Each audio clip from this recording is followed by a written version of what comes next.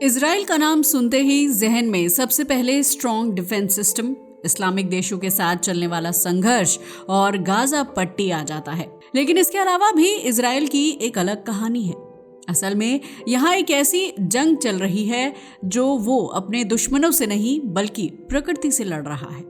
अगर आप कभी इजराइल के उत्तरी हिस्से में गए हो तो आपने एक अजीब सा नजारा देखा होगा। सुबह सुबह किसान अपने खेतों में खड़े होते हैं, लेकिन फसल देखने के लिए नहीं बल्कि नुकसान का आकलन करने के लिए। ऐसा इसलिए क्योंकि रात के समय जब पूरा इलाका शांत होता है तब खेतों में एक दूसरी दुनिया के जीव जाग रहे होते हैं। ये जीव कुछ ही घंटों में महीनों की मेहनत को मिट्टी में मिला देते हैं।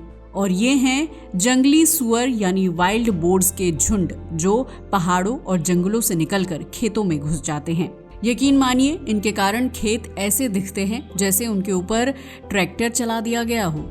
इससे न केवल फसल पूरी तरह नष्ट हो जाती है बल्कि सिंचाई की पाइपलाइन, ड्रिप सिस्टम और इंफ्रास्ट्रक्चर भी बर्बाद हो जाता है। इस संकट की गंभीरता का अंदाजा इस बात से भी लगाया जा सकता है कि इजरायली मीडिया इसे वाइल्ड बोर क्राइसिस के नाम से जानता है। सरकारी रिपोर्ट्स सटीक आंकड़े नहीं बताती, लेकिन अनुमान है कि हर साल केवल एग्रीकल्चर लैंड में ही $1 मिलियन का नुकसान हो रहा है। लेकिन सवाल ये है कि अचानक ये समस्या इतनी बड़ी क्यों हो गई?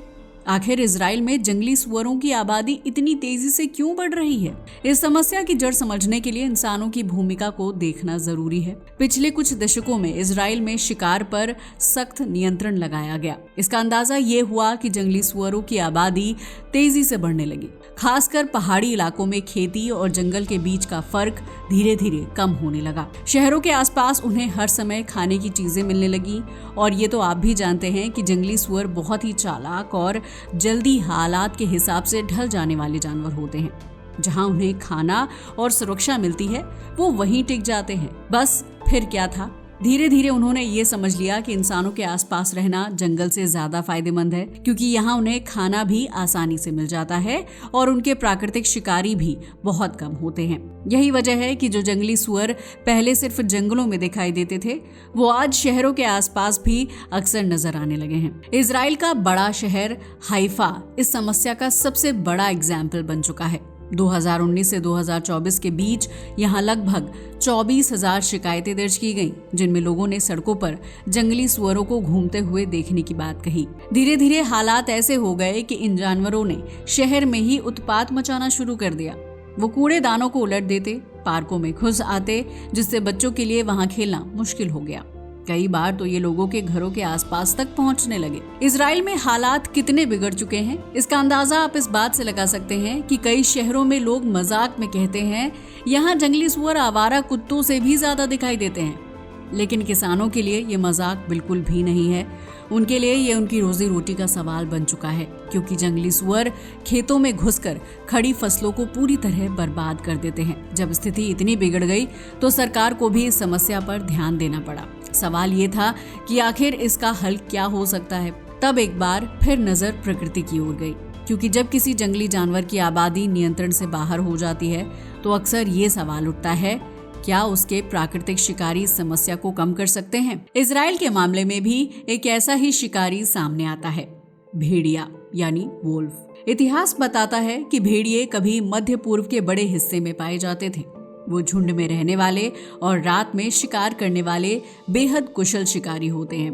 वैज्ञानिकों का मानना है कि भेड़िए पालतू कुत्तों के सबसे पुराने एंसेस्टर्स में से एक हैं और ये जंगली सुअरों की पॉपुलेशन कंट्रोल में महत्वपूर्ण भूमिका निभा सकते हैं। इसीलिए कुछ विशेषज्ञों का मानना है कि अगर इजराइल में भेड़ियों की संख्या को बढ़ने दिया जाए तो शायद जंगली सुअरों के बढ़ते कहर को काबू में किया जा सकता है। अब यहाँ तक सुनकर शायद आप सोच रहे होंगे कि बस अब तो समस्या का समाधान मिल गया होगा और इजराइल बच गया होगा, लेकिन कहानी इतनी इजी नहीं है। 20वीं सदी के मध्य तक भेड़ियों को इजराइल में एक हार्मफुल प्रेडेटर माना जाता था। 1950 के दशक में उन्हें जहर देकर और बड़े पैमाने पर हंटिंग कैंपेन्स चलाकर खत्म करने की कोशिश की गई। इसका नतीजा ये हुआ कि देश में भेड़ियों की आबादी बहुत ही कम रह गई। हालांकि 1954 में एक महत्वपूर्ण कदम उठाया गया जब वाइल्ड लाइफ प्रोटेक्शन लॉ लागू किया गया।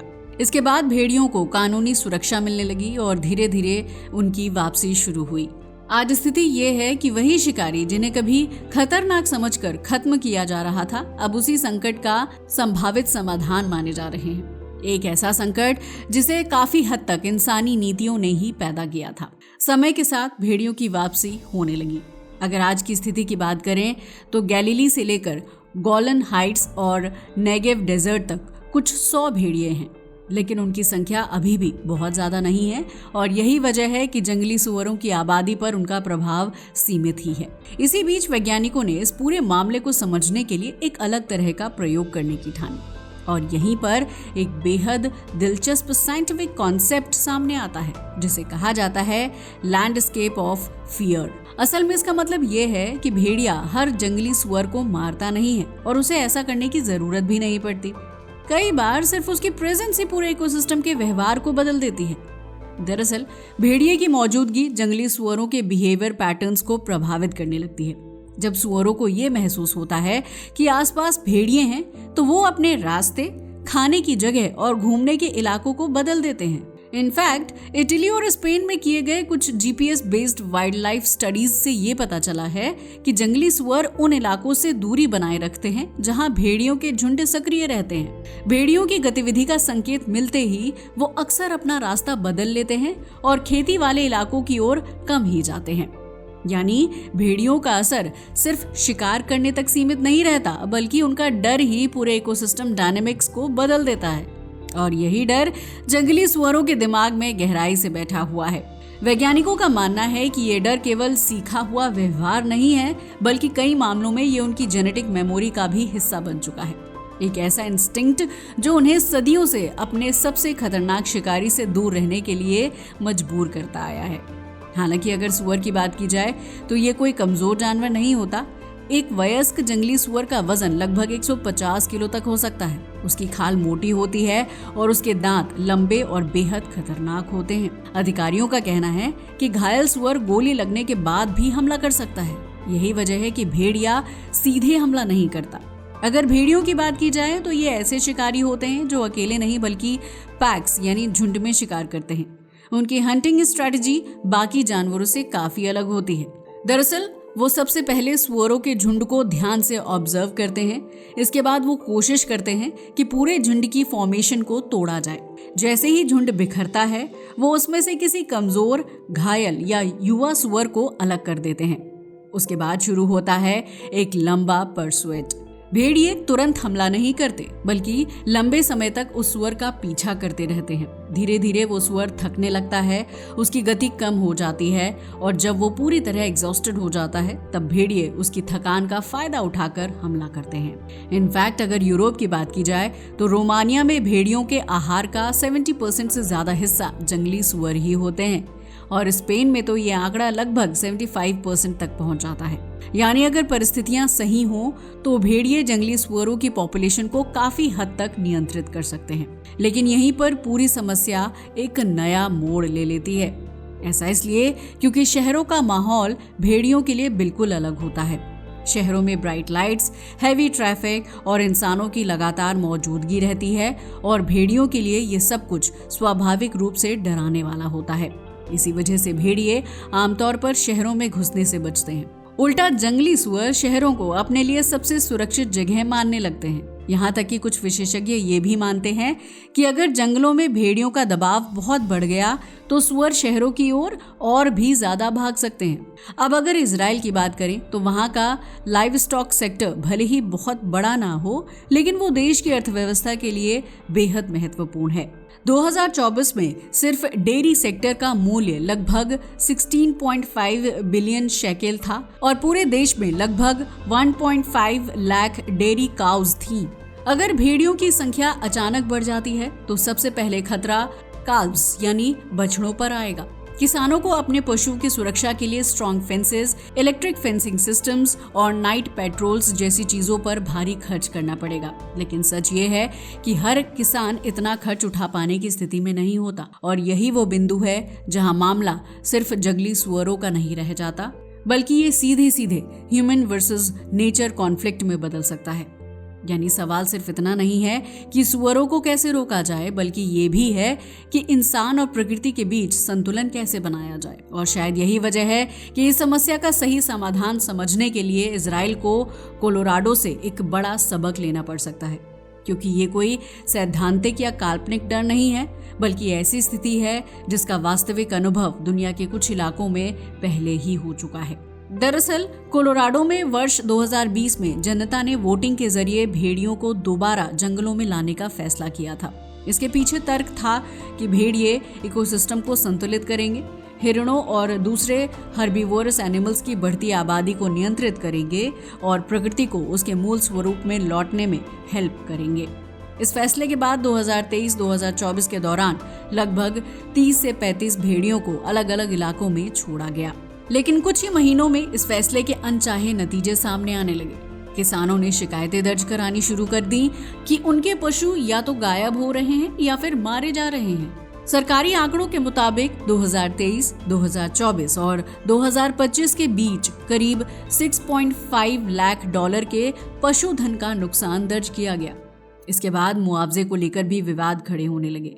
सवाल उठने लगे कि किस किसान को कितना मुआवजा दिया जाए, इसकी जिम्मेदारी आखिर किसकी होनी चाहिए, और क्या ये पूरा प्रयोग कहीं किसानों के भरोसे के साथ अन्याय तो नहीं बनता जा रहा।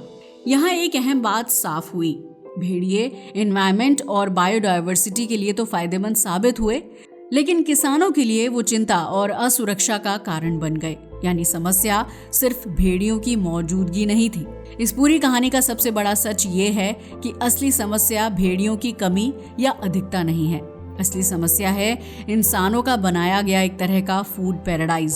शहरों और कस्बों में खुले कूड़ेदान, रात में होने वाली भारी मात्रा में खाने की बर्बादी, बाग बगीचों में जानवरों को जानबूझकर खाना खिलाने वाले लोग, इन सब चीजों ने जंगली जानवरों को इंसानी बस्तियों के बेहद करीब ला दिया है। जब जानवरों को इंसानों के आसपास आसानी से खाना मिलने लगता है तो उनका बिहेवियर धीरे धीरे बदलने लगता है। वो जंगलों से निकलकर शहरों की ओर आने लगते हैं और फिर इंसान और जानवरों के बीच कॉन्फ्लिक्ट होना लगभग तय हो जाता है। इसी संदर्भ में इजराइल का एग्जाम्पल बेहद अहम हो जाता है। इजराइल ने इस समस्या को किसी एक मैजिक सॉल्यूशन से हल करने की कोशिश नहीं की, बल्कि एक मल्टी लेवल और प्रैक्टिकल अप्रोच अपनाई। रात में कचरा उठाने की व्यवस्था शुरू की गई ताकि जानवर कूड़े की ओर आकर्षित ना हो। कई जगहों पर लॉक वाले कूड़ेदान लगाए गए। जंगल और शहरी इलाकों के बीच मजबूत फेंसिंग बनाई गई। जानवरों की गतिविधियों पर नजर रखने के लिए GPS कॉलर्स और सर्विलेंस कैमरास लगाए गए। इसके साथ ही पिग इन स्पेस जैसे प्रोजेक्ट भी शुरू किए गए, जिनका उद्देश्य आक्रामक जंगली सुअरों को पकड़कर उनकी संख्या को नियंत्रित करना था। इन सभी कदमों का असर धीरे धीरे दिखने लगा। 2021 के बाद जंगली सुअरों से जुड़ी शिकायतों में धीरे धीरे कमी आने लगी। इससे एक बात साफ हो गई कि भेड़िए या कोई भी शिकारी प्रजाति अपने आप में कोई जादुई समाधान नहीं है, लेकिन वो एक बड़े इकोलॉजिकल सिस्टम का बेहद महत्वपूर्ण हिस्सा जरूर है।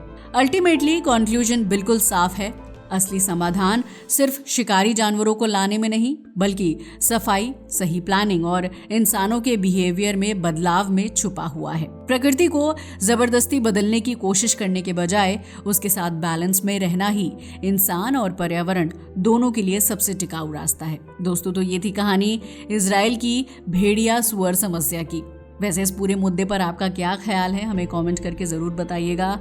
आज के लिए बस इतना ही। वीडियो अच्छा लगा हो तो इसे लाइक और शेयर करें और हमारे चैनल को भी सब्सक्राइब करें। जय हिंद दोस्तों।